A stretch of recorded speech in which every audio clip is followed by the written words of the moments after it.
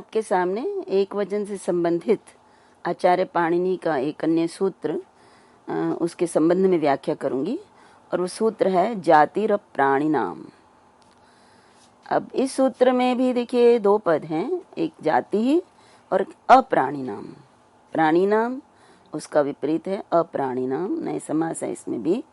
तो इस सूत्र की वृत्ति है, वृत्ति क्या, इसमें इसका अर्थ ही मैं आपके सामने स्पष्ट करती हूँ कि अप्राणी नाम मीन्स जो प्राणी भिन्न, तो प्राणी से, प्राणियों से भिन्न जातिवाचक पदों का जब हम द्वंद्व समास करते हैं तो वो एक वचन में प्रयुक्त होता है।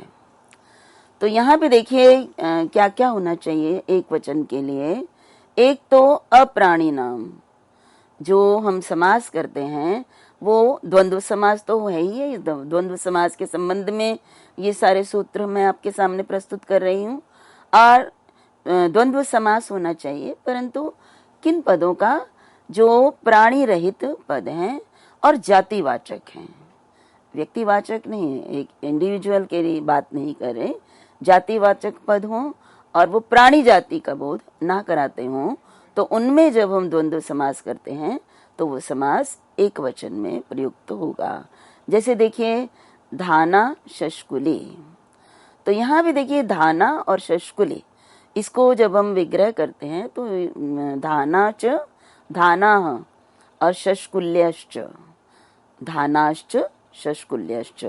तो यहाँ पे देखिए धान और शशकुली ये दोनों एक प्रकार की अनाज की जातियां हैं। तो यहाँ पे धान भी प्राणी नहीं है, प्राणीवाचक नहीं है, और शशकुली भी प्राणीवाचक नहीं है, परंतु जातिवाचक है। तो प्राणी भिन्न जातिवाचक पद धाना जस और शशकुली जस, धान जस और शशकुली जस, इनमें जब हम समास करते हैं तो ये समास एक वचन में होगा। तो धाना शब्द है धाना और बहुवचन में धानश्च, और शशकुली शब्द है तो शशकुली दीर्घ इकारांत शब्द है, ये ध्यान रखिएगा। धाना स्त्रीलिंग, शशकुली स्त्रीलिंग। तो यहाँ पे जो है दोनों ही बहुवचन में है और दोनों ही प्राणी वाचक शब्द नहीं है और दोनों ही जातियों के लिए है। धान विशेष की, अनाज विशेष की जातियां हैं, एक धान और एक शशकुली। तो जब इनमें समास करते हैं तो हमारे पास समस्त अन्य कार्य करने के बाद धाना और शशकुली ये दो पद शेष रहते हैं। धाना शशकुली ये एक ही पद बन जाता है। हम सब जानते हैं कि जब हम समास करते हैं तो समास करने के बाद जो समस्त पद है वो दोनों पदों का एक ही पद बन जाता है, दो हों या दो से अधिक भी हों। तो यहाँ पे समास करने के बाद धाना शशकुली एक पद बन गया। अब यहाँ पर क्योंकि ये प्राणी भिन्न जातिवाचक पदों में समास हुआ है इसलिए एक वचन का प्रयोग हुआ। तो जब एक वचन का प्रयोग होगा तो यहाँ एक वचन में सु की उत्पत्ति, और शशकुली मैंने आपको बताया कि ये समाहार होगा और साथ में नपुंसकलिंग में प्रयुक्त, स नपुंसकम से नपुंसकलिंग होगा। तो नपुंसकलिंग होने के कारण ह्रस्वो नपुंसके प्रातिपदिकस्य सूत्र द्वारा ये धाना शशकुली दीर्घ इकारांत है, इसको ह्रस्व होकर धाना शशकुली ह्रस्व इकारांत बन जाएगा और उसके बाद सु का लोप हो जाएगा। अव्यय होने के कारण, द्वंद्व समास होने के कारण, नपुंसकलिंग होने के कारण जो है सुविभक्ति का लोप हो जाएगा। तो यहाँ पे हमारे पास क्या बन जाएगा, धाना शशकुली ह्रस्व इकारांत शब्द। तो जब हम इस समास का विग्रह करते हैं तो हमें ये ध्यान रखना पड़ेगा कि इसमें मूल शब्द कौन सा है। तो मूल शब्द यहाँ शशकुली दीर्घ इकारांत है और उसका ह्रस्व इकारांत कैसे हुआ वो मैंने अभी आपके सामने बताया, और उसके बाद सु का लोप हो जाएगा। अब आगे जो है सूत्र की, अब हम इसको विस्तृत व्याख्या जब देखेंगे तो यहाँ पे एक और जो है शब्द है, समस्त पद है विट क्षुद्रा। तो यहाँ पर देखिए एक वचन का प्रयोग नहीं हुआ है। तो इसका कारण क्या है, तो यहाँ पे विट शूद्रा, तो विशश्च शूद्राश्च, इन दो में समास हुआ है, द्वंद्व समास। विश वैश्य को विश जो है कहते हैं, तो विशश्च और शूद्राश। विश्व शब्द का प्रयोग वैश्य जाति के लिए और शूद्र जाति के लिए शूद्र का प्रयोग। तो यहाँ पर यद्यपि ये जातिवाचक हैं, वैश्य जाति के लिए विश्व शब्द का प्रयोग हुआ है और शूद्र जाति के लिए शूद्र शब्द का प्रयोग हुआ है, और ये दोनों बहुवचन में है, जो है विट, विषौ और विषः। ये विश्व शब्द का प्रथमा विभक्ति एकवचन में विट बनता है, और उसके बाद विषौ और विषः ये बहुवचन में विषः बनता है। तो शूद्र शब्द तो सामान्य आकारांत शब्द है, तो शूद्रा बनता है। तो इन दोनों में समास हुआ, जातिवाचक हैं दोनों, परंतु प्राणी जाति के बोधक हैं। ये मनुष्य जाति के जो 4 वर्णों में विभक्त है, ब्राह्मण, क्षत्रिय, वैश्य और शूद्र, तो इसमें जो बाद की 2 जातियां हैं उनके वाचक दोनों पद हैं। तो यद्यपि जातिवाचक पदों में द्वंद्व समास हुआ है, परंतु प्राणीवाचक नहीं होने के कारण एक वचन में प्रयुक्त नहीं होगा। तो जब एक वचन में प्रयुक्त नहीं होता है, तो क्योंकि बहुवचन है, जो है विश्व बहुवचन है और शूद्र भी बहुवचन में प्रयुक्त है, तो सामान्य बहुवचन में प्रयोग होगा। तो यहाँ पे विश्व शूद्र, और विश्व शूद्र में यहाँ पे श जो है इसके स्थान पर, जो है मैंने पूर्व में भी विश्व का टकार किस प्रकार से होता है, संधि करने पर यहाँ पे जो है श के स्थान पर मूर्धन्य जो है श हो जाएगा, और मूर्धन्य श होने के बाद उसके स्थान पर ड हो जाएगा, और डो के स्थान पर फिर ट होकर विट शब्द बनता है। और छ को हम षष्ठ्वटी से छ करते हैं। ये पूर्व में भी इस प्रकार से हमारे पास सिद्धि आ चुकी है, और ये संधि में भी हमने देखा। तो यहाँ पर विट क्षुद्राह किस प्रकार से बना, इनमें मूल शब्द तो विश्व है और शूद्र है। तो इस प्रकार से इनमें समास हुआ, लेकिन यहाँ पर एक वचन का प्रयोग नहीं हुआ। इसी प्रकार से देखिए यहाँ पे जो केवल मात्र यहाँ कहा कि द्रव्य जाति के वाचक पद होने चाहिए। द्रव्य के अतिरिक्त यदि गुण हो, क्रिया हो, तो उनमें नहीं होगा। जैसे रूप और रस, ये जातिवाचक तो हैं, परंतु गुण जाति है। रूप गुण और रस गुण, ये जातिवाचक तो हैं, लेकिन गुण से गुण जाति है। इसलिए इनमें हम जब द्वंद्व समास करते हैं, तो इसको जब हम समस्त पद कहेंगे रूपम च रसश्च, तो यहाँ पर दोनों में यद्यपि ये जातिवाचक हैं, लेकिन द्रव्य जातिवाचक नहीं है और प्राणी वाचक भी नहीं है, परंतु फिर भी यहाँ पर एक वचन का प्रयोग नहीं हुआ। और 2 हैं, इसलिए यहाँ पर रूप रसौ, रूप रस और औ, द्विवचन में औ विभक्ति होकर रूप रस और रूप बनता है। तो जब भी हम संधि को देखें तो हमें ये भी देखना पड़ेगा। जब हमें तुरंत ये देखकर हम निर्णय नहीं करेंगे कि ये जातिवाचक है, तो यहाँ पर एक वचन होना चाहिए। ये भी देखना है कि जाति द्रव्य जाति है, गुण जाति है, कर्म जाति है। द्रव्य गुण कर्म है, जातिवाचक और अप्राणी जाति होने पर भी नहीं होगा, परंतु यदि द्रव्य जातिवाचक है, जैसे हमने अभी धान और शशकुनी में किया, तो वहां पर तो यहाँ एक वचन का प्रयोग होगा।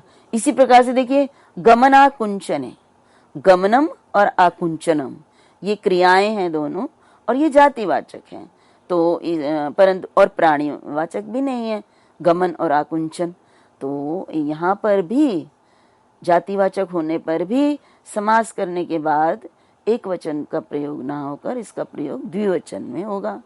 तो यहाँ पे गमन और आकुंचन रह जाता है शेष समास करने के बाद, और उसके बाद फिर यहाँ संधि करी तो गमनाकुंचन ये पद बनता है, और फिर हम इसका प्रयोग द्विवचन में करेंगे। और आकुंचन शब्द नपुंसक लिंग है, तो पर्वत लिंगम द्वंद्व तत्पुरुषयो सूत्र के अनुसार यहाँ नपुंसक लिंग में प्रयोग होगा। तो गमनाकुंचने ये रूप हमारा सिद्ध होगा। अब यहाँ पे एक और जो है उदाहरण के द्वारा मैं एक विशेष बात और समझाना चाहूंगी कि जैसे बदरा मलकानी और बदरा मलकम ये 2 रूप किस प्रकार से बनते हैं। तो यहाँ पे देखिए बदराणी आमलकानी च, ये है बदर और बेर और अमलक आमला, ये 2 जातियां हैं इनकी फलों की। तो यहाँ पे देखिए जब हम इनमें समास करते हैं तो बदर विग्रह में आपके सामने बदर और जस और आमलक और जस ये विग्रह होगा, और समास करके प्रातिपदिक संज्ञा विभक्ति लोप करके और संधि करके बदरामलक जब बन गया, तो यहाँ पे क्योंकि ये जातिवाचक हैं और प्राणी भिन्न जातिवाचक हैं, इसलिए यहाँ पर हमारे पास प्रश्न उठता है कि अब इनका प्रयोग हमें एक वचन में करना है या फिर इनका बहुवचन में प्रयोग करना है। तो यहाँ पर दोनों प्रयोग दिए गए हैं, बहुवचन का प्रयोग भी दिया गया है और एक वचन का प्रयोग भी किया गया है। तो कुछ पद ऐसे होते हैं जिनको हमें देखना पड़ेगा। यदि मैं आपको समस्त पद आपके सामने बदर आमलकम है, तो यहाँ पे हम ये समझ जाएंगे कि ये बदर आमलक जाति के लिए प्रयुक्त हुआ है। बदर बेर केवल एक अकेला भी तो हो सकता है ना, बेर का एक फल, आमलक का एक फल जब हम कहना चाहें तो वहाँ जातिवाचक नहीं बनेंगे वो। तो जब हम उनको जो है एक फल के रूप में, एक जाति के रूप में ना कहकर व्यक्तिगत रूप में उनका जब हम प्रयोग करते हैं, तब वहां पर एक वचन नहीं होगा। तो बदर आमलकानी को जो है ये बहुवचन में प्रयोग इसलिए किया गया, तो हम क्योंकि हम इनको जाति के रूप में बदर और आमलक का वर्णन नहीं कर रहे हैं, इनको हम बदर बेर, एक बेर और एक आमलक एक अकेले के लिए प्रयुक्त कर रहे हैं। इसलिए यहाँ पर बहुवचन जो सामान्य रूप से अनेक होने के कारण बदराणी और अमलकानी, इसको जब समास करते हैं तो बदरामलक और बहुवचन में जस होने के बाद और विभक्ति कार्य होने के बाद बदरामलकानी रूप बनता है। परंतु अगर हम बदर बेर जाति के रूप में और अमलक जाति के रूप में प्रयुक्त करते हैं, तो प्राणी भिन्न जातिवाचक होने के कारण इनका प्रयोग एक वचन में भी होता है। और एक वचन में होने के बाद फिर यहाँ हम क्या करेंगे, इसको तब हम बदरामलकम रूप भी निष्पन्न होता है। अब अगला सूत्र आपके सामने है, विशिष्ट लिंगो नदी देशो ग्रामा। तो यहाँ पर एक तो पद है विशिष्ट लिंगो, विशिष्ट लिंगा से संधि करके विशिष्ट लिंगो बनता है, और नदी देशो अग्रामा। तो यहाँ पर नदी देश और अग्रामा, ये तीन पद इसमें मिलकर बने हैं। अब यहाँ पर जब हम वृत्ति इसकी करते हैं तो यहाँ पे कहा ग्राम वर्ज अग्रामा, अग्रामा यहाँ पे ग्राम और अग्राम में जो ग्राम नहीं है, इसलिए कहा ग्राम वर्ज, अर्थात ग्राम से भिन्न। नदी देशवाची नाम, नदी देशो, नदी और देश, देश यहाँ पे स्थान और नदी शब्द सामान्य नदी के अर्थ में प्रयुक्त हुआ है। तो ग्राम भिन्न, नदी और स्थान के वाचक, और साथ में कहा विशिष्ट लिंगो, अर्थात विशिष्ट लिंग अर्थात भिन्न लिंग, विशिष्ट में भिन्न, यहाँ पे अर्थात जिन पदों में हम समास करते हैं उनका लिंग भिन्न भिन्न हो। तो सूत्र का अर्थ है कि ग्राम भिन्न नदीवाचक और स्थानवाचक पदों का यदि वो भिन्न लिंगों में होते हैं तो उनका यदि हम द्वंद्व समास करते हैं तो एक वचन में प्रयुक्त होगा, और समाहार अर्थ में जब हम करते हैं तब होगा। तो जैसे आपके सामने उदाहरण है जो है उदध्य रावती, उदध्य एरावती। तो उद्ध्य वास्तव में उद्ध्य नदी है और इरावती नदी है। तो यहाँ पे उद्ध्य और इरावती, तो यहाँ पे उद्ध्य पुल्लिंग में है, पुल्लिंग है, और इरावती स्त्रीलिंग है, नदीवाचक है दोनों। उद्ध्य जो है उद्ध्यश्च इरावती च। तो यहाँ पे जब हम उद्ध्य इरावती जब हम यहाँ पे विग्रह करते हैं तो इसका बनता है उद्ध्यश्च इरावती च। और अब यहाँ पे देखिए दोनों पद नदीवाचक हैं, उद्ध्य सु इरावती सु, तो दोनों नदीवाचक हैं और दोनों का लिंग भी भिन्न है, एक पुल्लिंग में है और एक स्त्रीलिंग में है। तो यही, और ये ग्राम की नदियां नहीं हैं। तो यहाँ पे नदीवाचक और देशवाचक पद होने चाहिए और भिन्न लिंग होने चाहिए। तो यहाँ पर दोनों में जब हम समास कर लेते हैं तो उद्ध्य और इरावती, अब जब हम इनमें समास करेंगे तो य का अ और इरावती का जो ई है इसमें आद गुणा से हम गुण करेंगे, तो उद्ध्येरावती बन जाएगा। और फिर क्योंकि यहाँ पे पूर्व जो हमने सूत्र में कहा गया है वो सब यहाँ पर प्राप्त हो रहा है, इसलिए यहाँ पर एक वचन का प्रयोग होगा। तो यहाँ पे उद्ध्येरावती एक वचन में सु की उत्पत्ति, और इरावती के ईकार को पूर्व जिस प्रकार से मैंने बताया ह्रस्व नपुंसके प्रातिपदिकस्य, तो ह्रस्व करेंगे और सु का लोप करके उद्ध्येरावती, इस प्रकार से रूप सिद्ध होगा। इसी प्रकार से देखिए अगला है गंगा च शोणश्च, गंगा शोणम, तो गंगा नदी है स्त्रीलिंग है और शोण नद है पुल्लिंग है। तो यहाँ पर गंगा और शोण दोनों विशिष्ट लिंग हैं, तो दोनों में जब हम द्वंद्व समास करते हैं तो गंगा शोण ये स्थिति बनती है, और फिर एक वचन का प्रयोग होकर यहाँ पे एक वचन में सु को अम होकर गंगा शोणम रूप बनता है। अब आगे देखिए यहाँ पे इसी प्रकार से ये तो है नदीवाचक। अब यहाँ देशवाचक है कुर्वश्च कुरुक्षेत्रम च, तो यहाँ पे कुर्वश्च कुरु जो है कुरु देश और कुरुक्षेत्र भी देश स्थान का नाम है, दोनों स्थानवाचक है।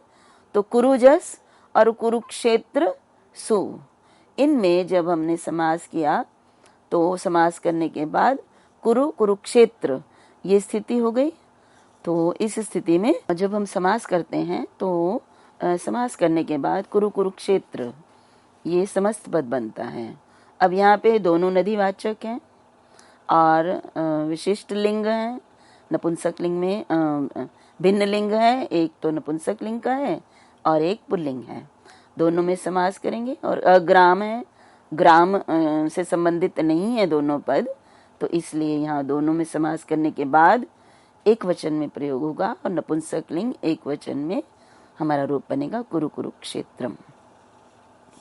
अब सूत्र में ये कहा गया है कि विशिष्ट लिंग होने चाहिए, ये बहुत ही ध्यान देने योग्य बात है कि दोनों का लिंग भिन्न भिन्न हो। तो जैसे उदाहरण है ना गंगा च यमुना च, तो यहाँ पे गंगा भी स्त्रीलिंग में है, यमुना भी स्त्रीलिंग है, तो विशिष्ट लिंग नहीं है।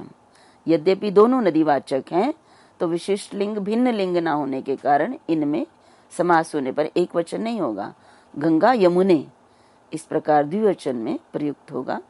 इसी प्रकार से देखिए मद्राश्च केकयाश्च, मद्र देश केकय देश, तो यहाँ पे दोनों में समास द्वंद्व समास जब करते हैं तो ये दोनों ही पद पुल्लिंग हैं, तो दोनों पुल्लिंग है, एक ही लिंग है दोनों का, भिन्न लिंग नहीं है। और यद्यपि देशवाचक है स्थानवाचक है फिर भी इनमें एक वचन का प्रयोग नहीं होगा। और ये जो देशवाचक के लिए है अग्राम, तो जैसे तो यदि ग्राम से संबंधित होगा स्थान तो फिर यहाँ पे समास करने पर एक वचन नहीं होगा।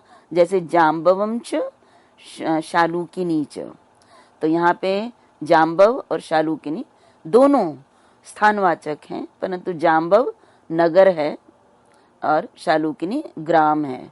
तो यहाँ दोनों जो है एक ग्रामवाचक है एक नगरवाचक है, तो ग्रामवाचक नहीं होना चाहिए, तो नगरवाचक होने के कारण यहाँ दोनों में समास नहीं होगा। यद्यपि दोनों का लिंग भी भिन्न है पर और दोनों देशवाचक भी हैं, लेकिन अग्राम कहा सूत्र में, इसलिए दोनों में समास होने के बाद एक वचन नहीं होगा। तो एक वचन नहीं होगा तो जाम्बव शालूकिनी ह्रस्व इकारांत ना होकर जाम्बव शालूकिनी जो है दीर्घ इकारांत होगा। ये ध्यान रखिएगा जब हम इसको विग्रह करके समास करते हैं, समस्त पद करते हैं, तो एक वचन बनना ना हो तो हम जाम्बव शालूकिनी ह्रस्व इकारांत रूप, तो ये भी एक पहचान है। देखिए जब हम भाषा में प्रयुक्त पदों को देखते हैं और जब हम उनका विग्रह करते हैं तो वहां पर भी हमें इन सूत्रों का आश्रय लेना पड़ता है, और इन सूत्रों के माध्यम से हम ये पहचान लेते हैं कि ये समाहार अर्थ में हुआ है द्वंद्व समास या कि फिर समाहार अर्थ में नहीं हुआ है। तो यहाँ देखिए जब हमने जाम्बव शालूकिनी इस प्रकार से देखा तो हम यहाँ पर समझ जाएंगे कि ये ह्रस्व इकारांत है, तो यहाँ एक वचन में प्रयुक्त हुआ है। लेकिन जब हम इसको जाम्बव शालूकिनी दीर्घ इकारांत में देखेंगे तो यहाँ पे हम समझ जाएंगे कि ये द्विवचन में प्रयुक्त है और इसका कारण ढूंढेंगे। ह्रस्व इकारांत रूप जो है वो अशुद्ध है और वो कहीं प्रयोग में नहीं मिलेगा। तो क्यों नहीं किया गया, तो दो होने के कारण या द्विवचन का प्रयोग क्यों नहीं किया गया, एक वचन में प्रयोग क्यों किया गया, या यहाँ पे दो हैं और नदी इसमें स्थान के वाचक होने पर भी अमुक स्थान पर एक वचन क्यों नहीं हुआ। तो ये चीजें जो हैं ये इन सूत्रों के द्वारा ही हम जान सकते हैं। अब जाम्बव भी स्थानवाचक है, चालुक्यनी भी स्थानवाचक है, परंतु फिर भी यहाँ एक वचन नहीं हुआ। तो इसका कारण यही है कि इसमें एक ग्रामवाचक पद है और एक जो है ग्रामवाचक नहीं है। तो ग्रामवाचक होगा तो समास होने पर एक वचन का प्रयोग नहीं होगा। तो इस प्रकार से जब हम समास करते हैं या विग्रह करते हैं तो उसमें विभक्ति, वचन इत्यादि का विशेष ध्यान रखना होता है। तो उससे संबंधित अब एक अगला सूत्र है आपके सामने, क्षुद्र जंतवः। अब ये है कि इसमें क्षुद्र और जंतवः दो पदों का प्रयोग किया गया है और इसका जो वृत्ति है उसको हम देखेंगे तो है एषाम समाहारे एव द्वंद्व एकवत् स्यात्। अब जहां पर समाहार शब्द का प्रयोग विशेष रूप से किया गया है उसका तात्पर्य है कि उनका समाहार से अतिरिक्त भी समास होता है, समाहार अर्थ में के अतिरिक्त भी समास होता है। जैसे जाति और प्राणी नाम में तो हमने कहा था कि जो है इनका समास समाहार अर्थ में होता है। तो यहाँ पर क्योंकि कहा कि एषाम समाहारे एव द्वंद्वा एकवत् स्यात्, तो इसका अर्थ है कि समाहार अर्थ में के बिना भी इनका समास होता है। तो इस सूत्र का अर्थ है क्षुद्र जंतवा, किन का समास, क्षुद्र जंतुओं का, अर्थात ऐसे जंतु जो बहुत क्षुद्र हों अर्थात बहुत छोटे हों। तो ऐसा माना जाता है कि जैसे आपका जो है छोटे छोटे जो कहते हैं कि जो मुट्ठी में आ जाएं इतने जो है, और जो बहुत अधिक जिनकी संख्या जो है वो बढ़ जाती है, ऐसे जो छोटे छोटे जंतु हैं उनको हम क्षुद्र जंतु कहते हैं। कुछ कहते हैं कि नेवला जो है, नेवले तक के जो जंतु हैं वो क्षुद्र के अंतर्गत आते हैं। तो क्षुद्र जंतुओं में जब समास होता है, क्षुद्र जंतुओं के वाचक पदों का जब समास किया जाता है तो वो यदि हम उसको समाहार अर्थ में करते हैं तो वो एक वचन में प्रयुक्त होगा। जैसे यूका लिक्षम। अब यूका और लिक्ष ये जो है बालों में बढ़ने वाले जंतुओं के वाचक शब्द हैं। तो जब इनका यूका जब और लिक्षा इनका जो समाहार अर्थ में समास, इनका समूह इस अर्थ में जब इसको हम समास करते हैं द्वंद्व समास, तो फिर यूका जस और लिक्षा जस, तो इनका जब हमने समास किया तो यूका और लिक्ष ये बनेगा। तो उसके बाद यहाँ पे यूका लिक्षा बनेगा और फिर एक वचन में प्रयुक्त होने के कारण यहाँ सु जो है नपुंसकलिंग में होगा और यूका लिक्षम बन जाएगा यहाँ पे समास अन्य सभी पूर्ववत कार्य करने के बाद। तो यहाँ पे देखिए क्षुद्र जंतुओं का समास समाहार अर्थ में हो, यदि समाहार अर्थ में नहीं होगा तो यूका लिक्षा भी प्रयुक्त होगा। यदि हम कहेंगे जो है इसको समूह के रूप में ना कहकर, तो फिर ये इसको हम सामान्य जो भी विभक्ति लगती है वो भी प्रयोग करते हैं। अब अगला जो है सूत्र है एक और सूत्र है ये शाम च विरोधः शाश्वती कहा। अब यहाँ पे ये भी एक सूत्र है और इस सूत्र का अर्थ है कि ये शाम विरोधः, जिनका विरोध शाश्वतिक, शाश्वतिक मीन्स हमेशा जिनमें विरोध रहता है, जैसे सांप और नेवले में, गाय और व्याघ्र में, इनमें जो काक और उल्लूक में ये इनका जो प्रसिद्ध है कि इनमें स्वाभाविक शत्रुता या विरोध होता है। तो ऐसे पदों में जब हम समास करते हैं जिनका विरोध शाश्वतिक हो, जो हमेशा निरंतर हो, उनको समास यदि करते हैं तो वो एक वचन का प्रयोग करते हैं। हालांकि वो दो के लिए यद्यपि प्रयुक्त होगा वो पद, दो में यदि द्वंद्व समास है, लेकिन फिर भी उनका प्रयोग हम एक वचन में ही करेंगे। जैसे हमारे पास सामने है अहि नकुलम, तो अहिश्च नकुलश्च। अब इन दोनों में जो है अहि सांप और नकुल, सांप और नेवला इन दोनों का विरोध शाश्वतिक होता है। तो इसलिए इनमें जब हम द्वंद्व समास करते हैं तो फिर द्विवचन का प्रयोग नहीं होगा, इनमें एक वचन का प्रयोग होगा, और एक वचन का प्रयोग होने के कारण यहाँ अहिनकुलम बनेगा, अहिनकुलौ नहीं बनेगा। इसी प्रकार गो व्याघ्रम है तो गौश्च व्याघ्रश, इन दोनों में समास है, और दो में समास होने के कारण द्विवचन ना होकर, क्योंकि इन दोनों पशुओं में जो शत्रुता है, विरोध है, वो हमेशा निरंतर होता है, प्रसिद्ध है इनका विरोध, इसलिए इनके साथ हम प्रथमा विभक्ति जो है एक वचन का ही प्रयोग करेंगे और नपुंसकलिंग प्रयोग करेंगे। इसी प्रकार से काकोलुकम और काकश्च उल्लुकाश्च, इन दोनों में भी शत्रुता जो है वो प्रसिद्ध है, इसलिए इन दोनों में भी जब हम द्वंद्व समास करते हैं तो द्विवचन का प्रयोग नहीं होगा। अब यहाँ पर एक जो हमारे पास कठिनाई या एक प्रश्न उत्पन्न होता है कि आगे आने वाला एक सूत्र है जिसमें जो विभाषा, वृक्ष, मृग आदि जो सूत्र हम आगे पढ़ेंगे, जिसमें वे सूत्र जिनमें विकल्प से एक वचन का प्रयोग होता है, तो वहां पर उस सूत्र में ये वृक्षवाचक शब्द और पशुवाचक शब्द और शकुनी पक्षीवाचक शब्दों का प्रयोग किया गया और कहा गया है कि इनमें जब हम द्वंद्व समास करते हैं तो इनमें विकल्प से एक वचन होता है। तो यहाँ पर देखिए अहिनकुलम, ये भी जो है वो पशु के अर्थ में है, गो व्याघ्रम भी है, और काक उलूक पक्षी के अर्थ में है, तो वहां पे शकुनी शब्द का प्रयोग किया गया है, मृग शब्द का प्रयोग किया गया है। तो इन अर्थों के वाचक शब्दों का जब हम समास करते हैं द्वंद्व समास, तो विकल्प से वहां पर जो है एक वचन होता है। तो इसका तात्पर्य ये हुआ कि यहाँ अहिनकुलम में, अभी मैंने आपको क्षुद्र जंतुआ का जो है सिद्धि बताते हुए ये बताया कि इनमें जब हम समास करते हैं तो ये जो है समाहार अर्थ में होने पर एक वचन में ही होता है, परंतु आगे आने वाला सूत्र जो 2, 4, 12 जिसके संख्या है, उस सूत्र के अनुसार यदि पशुओं का या पक्षियों का जब हम द्वंद्व समास करते हैं तो वो विभाषा, उसमें विकल्प से हम उसको एक वचन करते हैं। तो प्रश्न ये उठता है कि अहिनकुलम में क्या अहिनकुलौ, गो व्याघ्रौ, काकोलुकौ ये रूप भी बनते हैं? नहीं, भाषा में ये रूप प्राप्त नहीं होते हैं। तो इसलिए इनका कारण जानना भी अत्यंत आवश्यक है कि ऐसा क्यों होता है।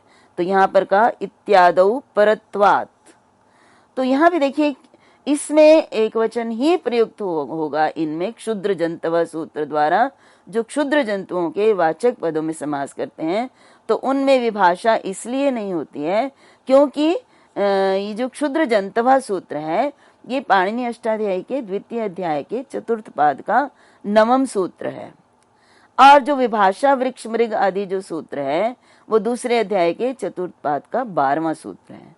तो परवर्ती है, तो वो परवर्ती है। तो यहाँ पर फिर ये प्रश्न उठता है कि परवर्ती होने के कारण यहाँ पर जो है इसमें क्यों नहीं परवर्ती, तो विप्रतिषेधे परम कार्यम सूत्र प्रवृत्त होता है, तो वहां पर क्यों नहीं यहाँ पे परवर्ती होने के कारण विभाषा का सूत्र क्यों नहीं लागू होता। तो यहाँ पे देखिए क्षुद्र जंतवा च है, यहाँ पे च का प्रयोग होना चाहिए। तो यहाँ पे इति प्राप्तम चकारेण बाध्यते, यहाँ पर क्षुद्र जंतवा च का प्रयोग है सूत्र में, जो कि यहाँ पर दिखाई नहीं दे रहा। तो क्षुद्र जंतवश्च, तो च का प्रयोग करना ये सिद्ध करता है कि ये पर होने के कारण भी, चकार का प्रयोग करने के कारण इसका बाद हो जाता है। तो संभवतः ये बात स्पष्ट हो गई कि यद्यपि विभाषा सूत्र परवर्ती है और विप्रतिषेधे परम कार्य के अनुसार तो विकल्प से एक वचन होना चाहिए था अहिनकुलम, गोव्याघ्रम आदि में, परंतु क्यों नहीं हुआ? क्योंकि क्षुद्र जंतवश च सूत्र में च का प्रयोग किया गया है, और च का प्रयोग करने के कारण जो विभाषा सूत्र का बाद हो गया, इसलिए यहाँ पर जो है एक ही रूप होगा। तो अहिनकुलौ, गोव्याघ्रौ, काकोलुकौ ये अशुद्ध रूप हैं। तो इस प्रकार से आचार्य पाणिनि ने सूत्रों के माध्यम से द्वंद्व समास में वचन का प्रयोग किस प्रकार से होता है इसको एक एक करके हमारे सामने स्पष्ट किया। तो आज इतना ही। इसके अतिरिक्त और भी सूत्र हैं जिन पर चर्चा हम अगले व्याख्यान में करेंगे। तब तक के लिए आप सबको मेरा नमस्कार।